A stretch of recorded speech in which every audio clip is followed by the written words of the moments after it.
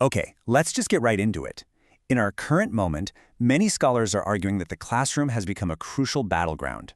I mean, a literal battleground for the future of democracy itself. So today, we're diving into this powerful idea of education as a form of resistance, pulling from the work of philosopher George Yancy and his contributors.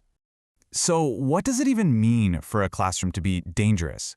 Yancey really sets the stage with this quote. And just to be clear, we're not talking about physical danger. We're talking about intellectual courage. The guts to dive into uncomfortable truths and really question the world as we know it. But why is this so important right now? Why the urgency? Well, the authors behind this work argue that democratic values are facing a really serious threat, which makes the role of education more critical than it's ever been. The core argument here is that we're seeing this rising tide of authoritarianism that's chipping away at the very foundations of a democratic society. And this isn't just some abstract political debate, it's a pedagogical one, because it directly targets how we think, how we learn, and what we're allowed to question. And according to scholars like Henry Giroux, the signs are pretty much everywhere. You've got the expansion of a warfare state, a public sphere that feels more broken and divided than ever, and this normalization of newspeak, where language is twisted to hide the truth. But the biggest one? A direct attack on critical thought itself, replaced by what these authors call a celebration of willful ignorance. So here's the bottom line, and it's a big one. There is no neutral corner here. The argument is that every educator, every single classroom is at a crossroads. Is education going to be a tool that just reinforces the way things are and creates compliant citizens? Or will it become what they call a practice of freedom? Okay, so if education is facing this big choice, what does the practice of freedom path actually look like? Well, this brings us to the core concept, the antidote they propose, waking up our critical consciousness. And this isn't some brand new idea. It has deep roots in historical struggles for liberation. The key figure to know here is the Brazilian educator Paulo Freire. For him, critical consciousness, or consciência, isn't just about writing an essay about what's wrong with the world. No, it's that vital spark that connects understanding why things are unfair to actually taking action to change them.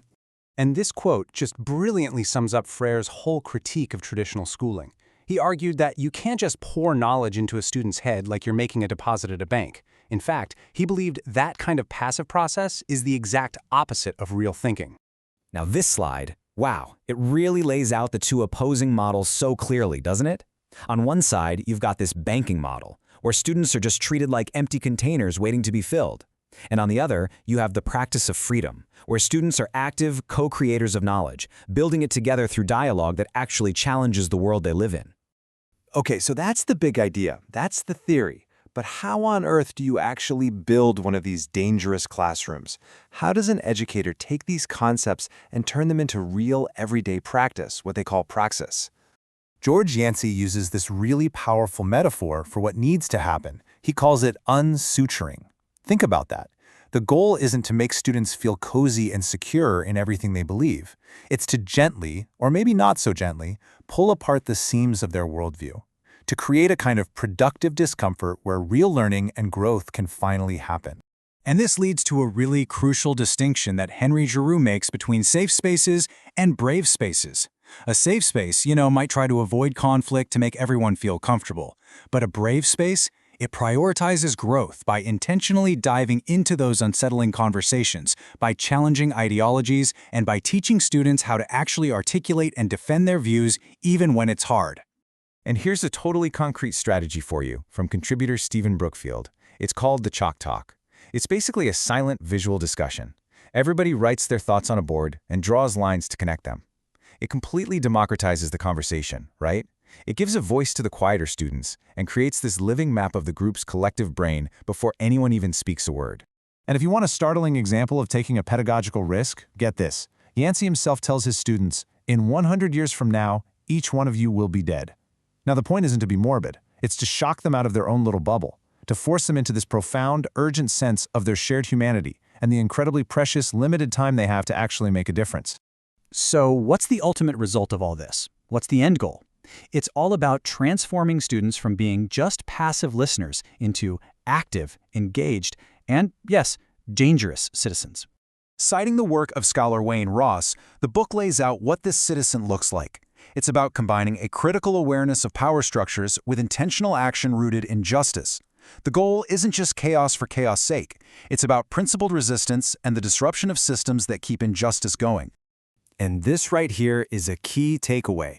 This work absolutely cannot stop at the classroom door. A pedagogy of resistance demands that we build real-world connections, linking the critical analysis that's happening in a seminar to the actual lived struggles for justice on campus and out in the wider community. I know. This all sounds incredibly difficult, and it is.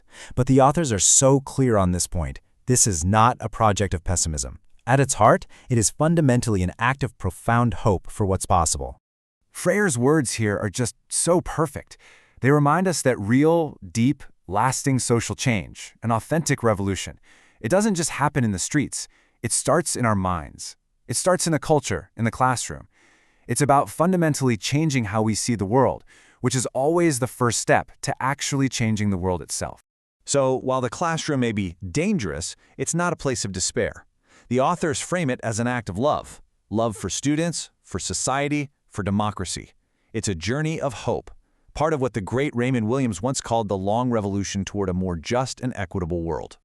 And so we end right here with a central challenge this work poses to all of us. In a world with so much injustice, maybe the goal of education shouldn't be to make us feel comfortable or well-adjusted. The real question it leaves us with is a powerful one.